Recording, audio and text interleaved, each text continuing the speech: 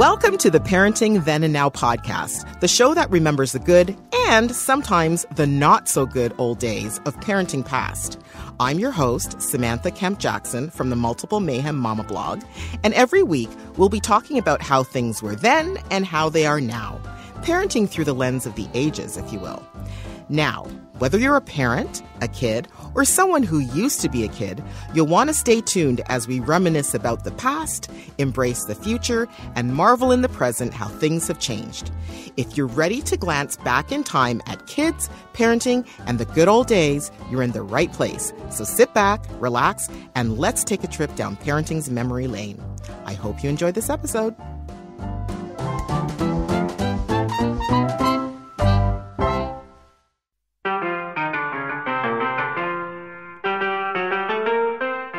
Baby's first year in the world is often a time of mixed emotions, especially for the new mother. Not only is she dealing with hormones and huge changes within her body, but she's coping with the monumental task of taking care of this small human's every needs. For some new mothers, things go smoothly right out of the gate. For others, the transition to motherhood is steeped in challenges, both physical and mental. Traditionally, and in previous times, family, friends, and community were close at hand to help a new mother get her bearings. In today's world, we are largely independent, and technology has both connected us, yet kept us at a distance from each other. For Maria Llanos Carbone, having babies in the mid-2000s was a time that predated social media, which made finding connections in her community that much more difficult. In Maria's case, this was a challenge, particularly since she was coping with postpartum depression as well. Thankfully, Maria was able to come through it healthier than ever, and she's now sharing her wisdom in her new book, Oh Baby, A Mom's Self-Care Survival Guide for the First Year. I sat down for a discussion about all things baby and parenting with Maria, and it was insightful, to say the least. Here's our conversation.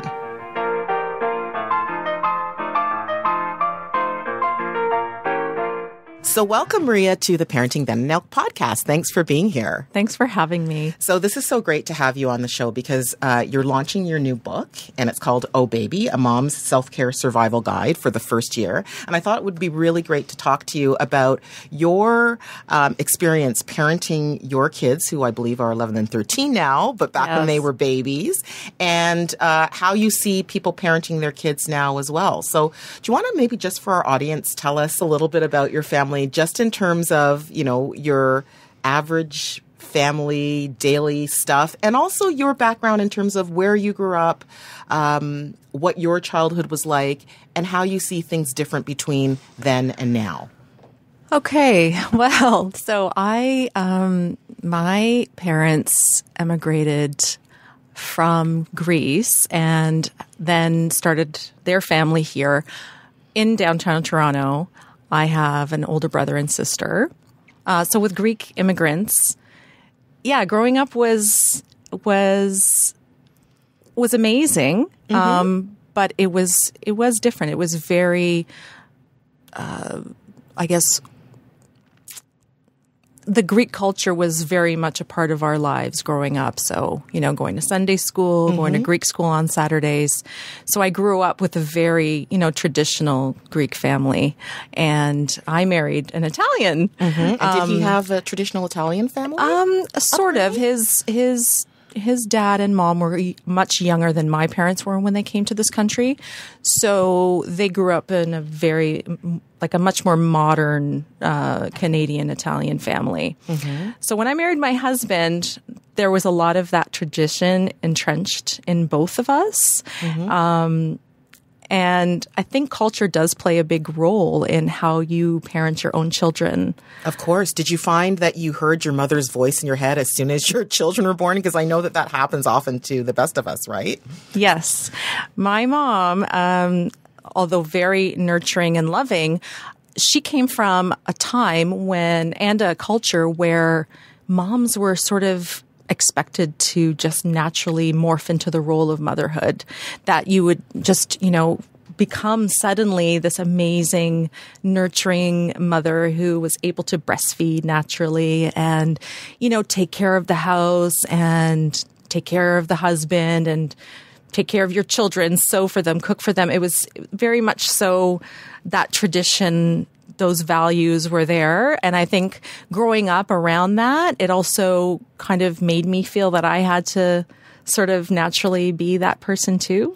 Right. And, that's interesting that you say that, Maria, because even though that was the expectation, that was never really the case for every woman. There were always people who had problems with breastfeeding, with, figuring out how to take care of their kids, with disciplining their kids, with all those things that were, quote unquote, traditionally women's work and women's roles, whereby they would know automatically how to do it. And that was an ideal that was set up, in the 50s and up to recent times. And I think that we still kind of have that ideology to some degree, but I think that in some ways, though, we have more support when we have problems in terms of, being able to reach out via social media. And I know that's something that you've thought about and talked about as well. Do you want to discuss a little bit about that in terms of your thoughts? Sure. See, nowadays you have a baby and you can post on Instagram, Facebook that you just had this new bundle of joy, and you can go on to various Facebook mom groups and ask about, your child's not feeding well, or, how do you change a diaper or whatever. You can get that information instantly. You can Google everything. You could watch YouTube videos about everything. But back when, 10 years ago, when I, for example, had my first child, there weren't those online support groups. And so you relied on family members and friends to help you, to guide you through that challenging first year. I also went to early year centers, Mother Goose programs and that sort of thing to meet other new moms and their babies. So I think that today moms are much more well equipped and are able to reach out to others easily, instantaneously.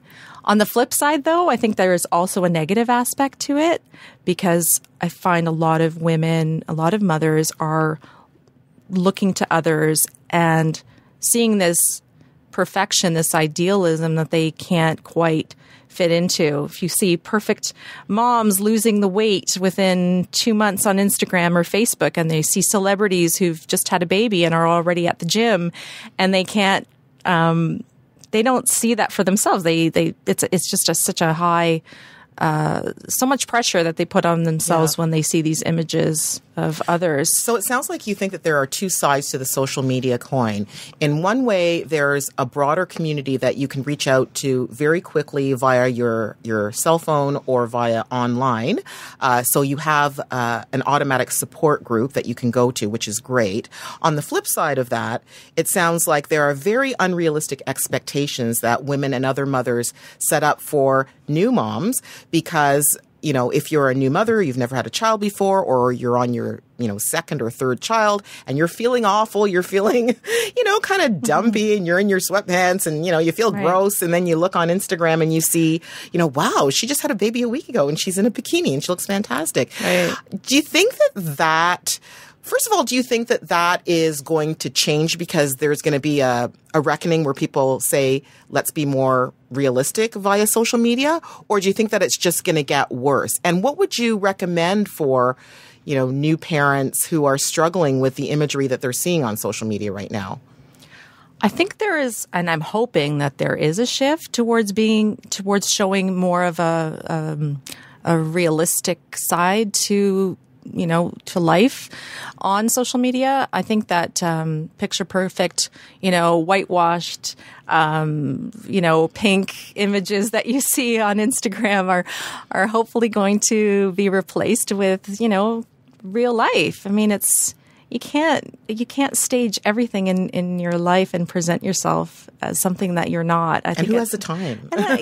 People do have time the time to stage those images, but people do that, and so I think we need to limit our time, how much time we spend on social media, and also just accept that that people are posing and staging these photos to show. I don't even know what they want to show, to be honest with you. It's not real life. Yeah, and I kind of feel like, I don't know, but when you see a photo that's perfectly staged, perfectly lit, everybody looks perfect, my first thought, I'm a little bit suspicious, especially if it's about kids, because we know as parents, I mean, I've got 4, you've got 2, it's never perfect. The house is never really, perfectly clean. If it is, I think that there is a bigger issue, right? So you kind of have to wonder. So I kind of want to go into a little bit about your book, though, because, Oh Baby, it's, the line that you have in your book is a mom's self-care survival guide for the first year. You obviously felt that this was needed, and I agree with you. I think it is needed because a lot of people, are not on social media, or a lot of people are not comfortable or don't know their way around social media. A lot of people just don't want to share. So, fortunately, you've got the book, a physical book, and you've got an ebook. So do you want to tell me a little bit about some of the key lessons that you're conveying to new parents out there, that why they can get your book? Sure. I feel that there are a lot of books out there that talk about baby and all the milestones that baby goes through. And it's basically an instructional guide on how to take care of baby. I also feel there are a lot of great humorous books on parenting and motherhood, which is great. And it's, light reading and you want to have a good laugh.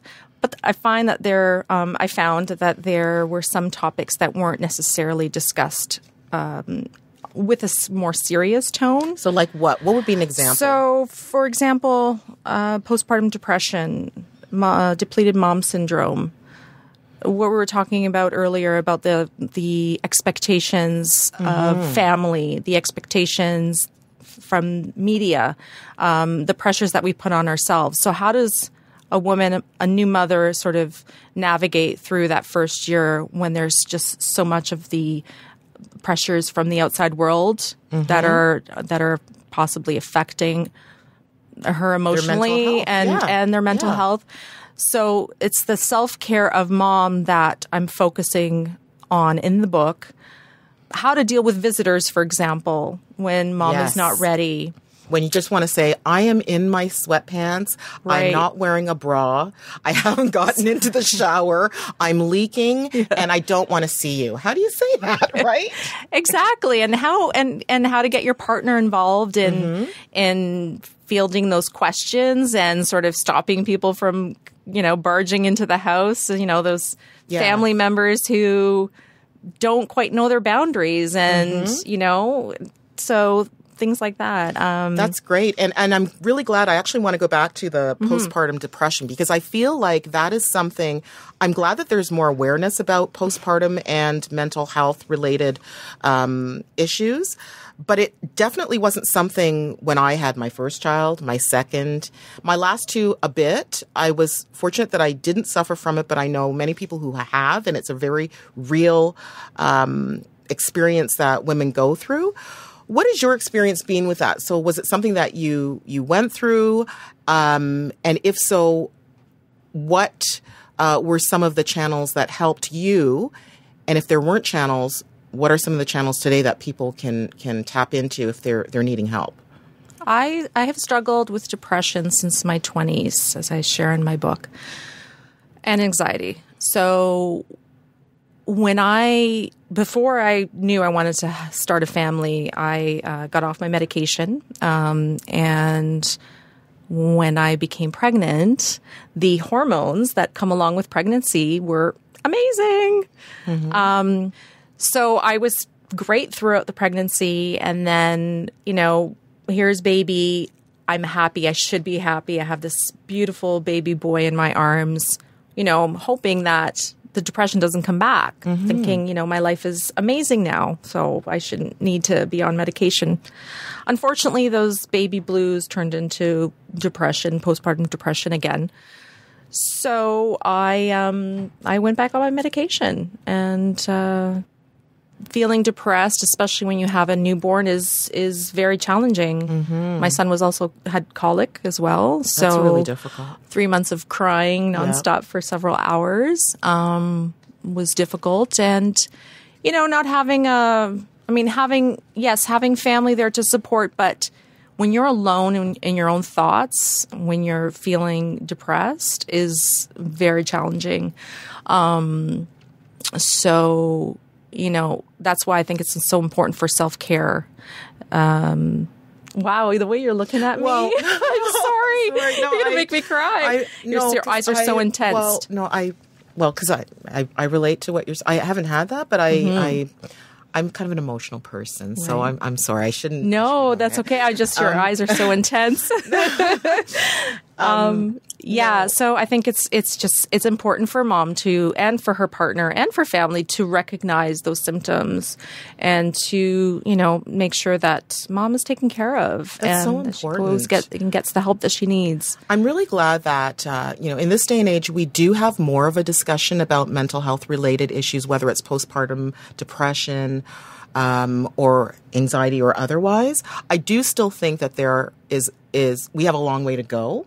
And I do feel that, going back to what you said before about the social media, that adds to the feelings of perhaps inadequacy or stress, anxiety for a new mom who is trying to just kind of keep it all together. You've got hormones happening. You're physically, you might have had a C-section, so you might be physically, incapacitated.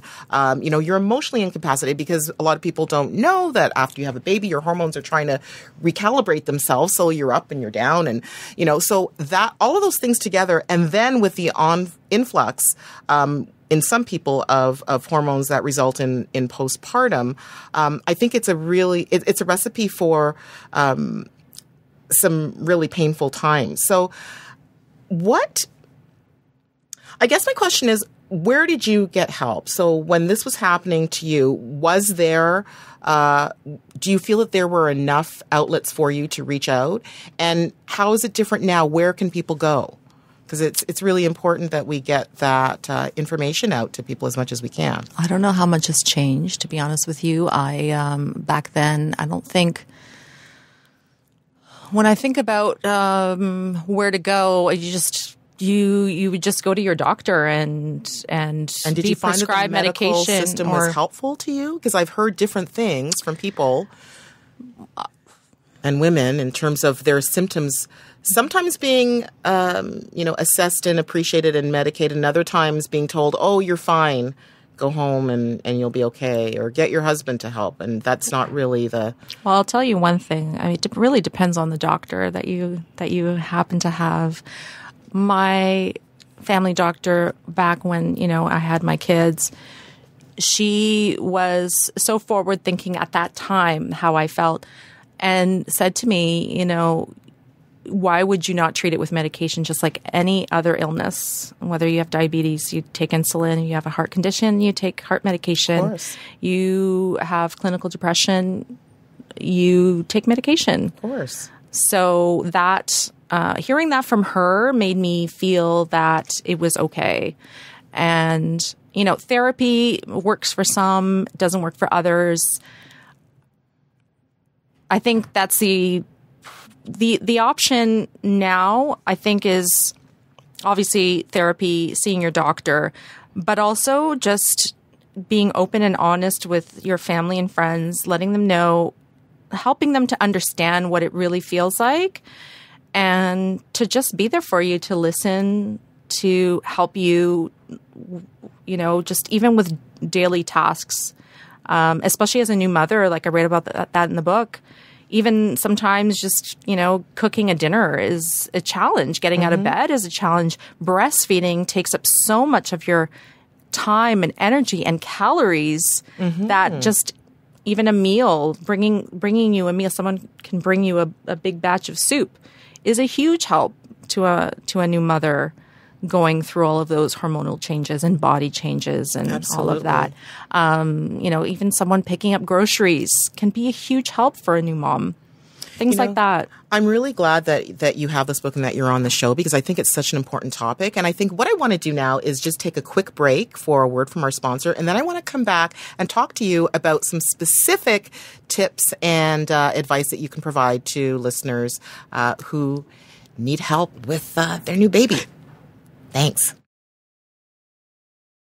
So welcome back. We're talking to Maria Lianos Carboni, and we're talking about her book, Oh Baby, A Mom's Self-Care Survival Guide for the First Year. And Maria, before the break, we were talking about, some heavier topics, postpartum depression and mental health challenges that sometimes occur post-birth. But one thing I want to kind of veer off onto is something that's a little bit maybe more hopeful and positive. Mm-hmm. So in your book, you've got some tips related to self-care for parents, moms specifically, on how they can take care of themselves. So do you want to kind of go through some of them with our listeners? I think the first one is get more sleep. What do you have to say about that? Well, I mean, that age-old advice, sleep when the baby sleeps. And people always shake their head and say, no, that's impossible. But it is really important to take a nap if you can during the day when baby's napping. I know there are a million things to do around the house. And the laundry's always there. Dinner needs to be started and all that. But if you're not sleeping, you're not functioning. Yeah. And you become more irritable.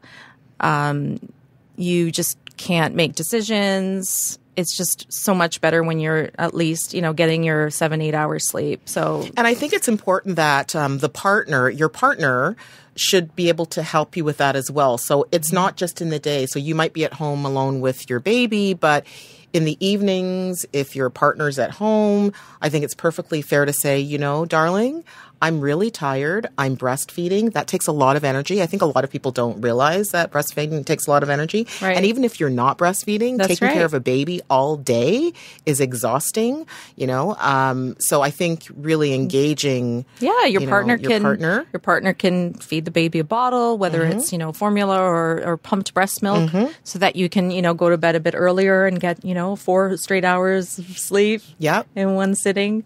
Yeah, no, I think that's great advice. Another one that you have is eat well.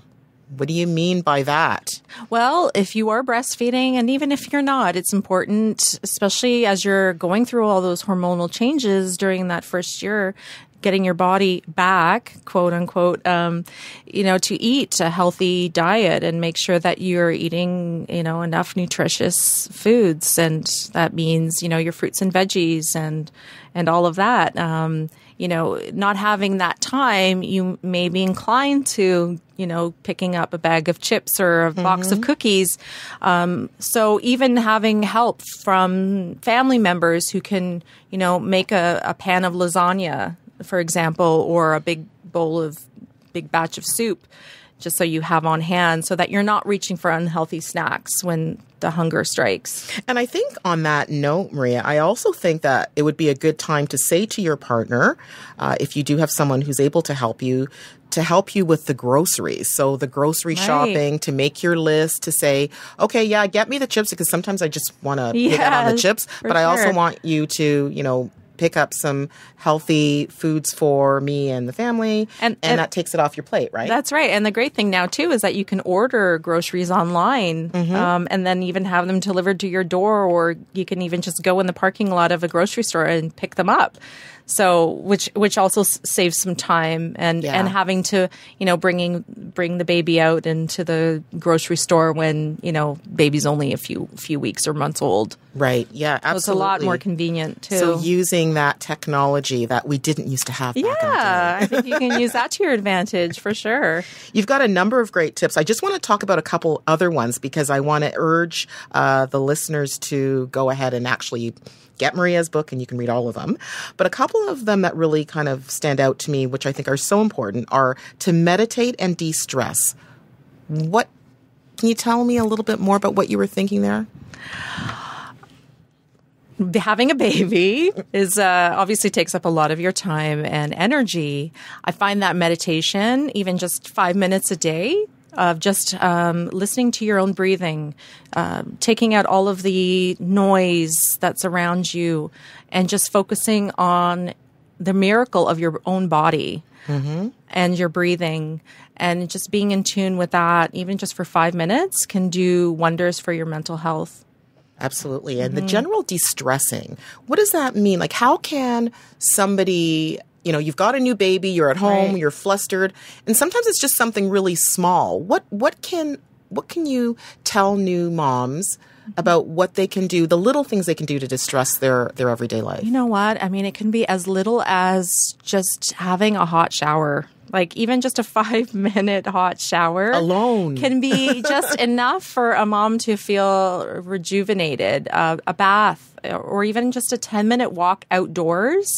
The fresh air can just totally rechange, or I don't even know what the word is, just give you a new perspective when you come back home. And I think that, all of the tips that you've provided, a lot of them are contingent on having that help. So I think that it's important, if it's not a spouse or partner that you might have at home, maybe it's a really good friend. Maybe it's, a relative. Maybe it's, your favorite aunt or even cousin. Your neighbor to say, would you mind just watching, baby for 15 minutes so I can just walk around the block and get some fresh air alone? Because I think having that alone time, I know that, myself having 4 kids and, many people who have had kids, it's a shock to the system when you realize that you're attached to this baby, especially when they're really small. Right. And oftentimes, it's okay to feel that, I just want to be alone.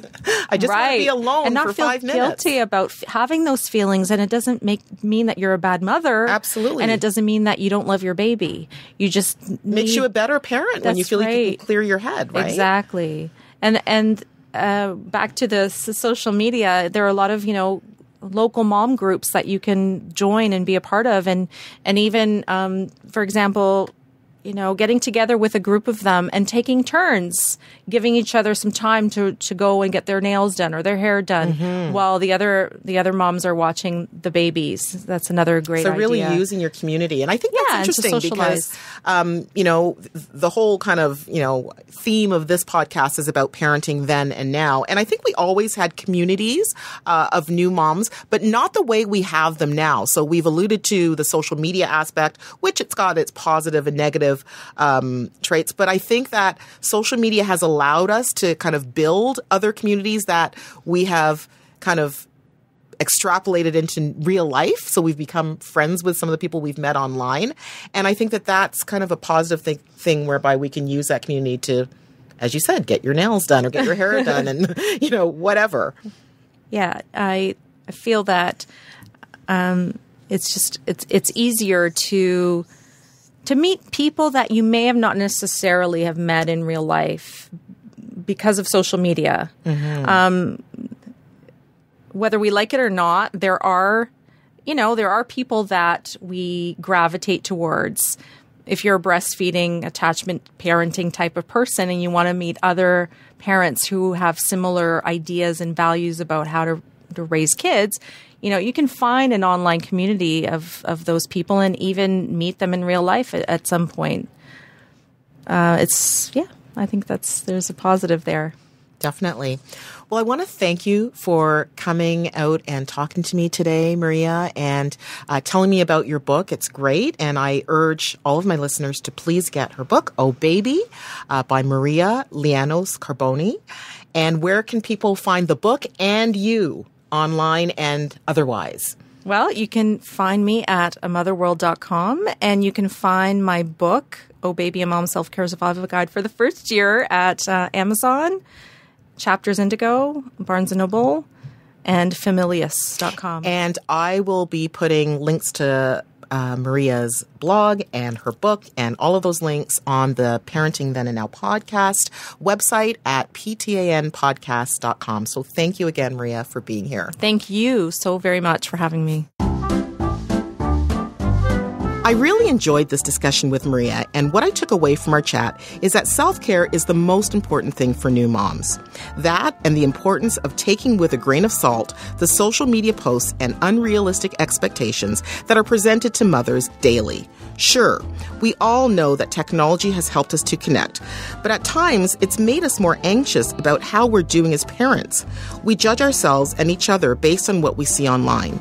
Ironically, what we see is oftentimes not the real deal, but rather a staged representation of how we'd all like things to be, contrary to the reality of life with a new baby. Times have indeed changed for new moms in particular, and in Maria's case, the experience of her family upbringing and sense of community was so very different from what she went through after having her kids, regardless of technology's role. And while there were some struggles and challenges along the way, she got through it and lived to tell and share her learnings with her book. Remember, it's all about taking care of yourself first and foremost.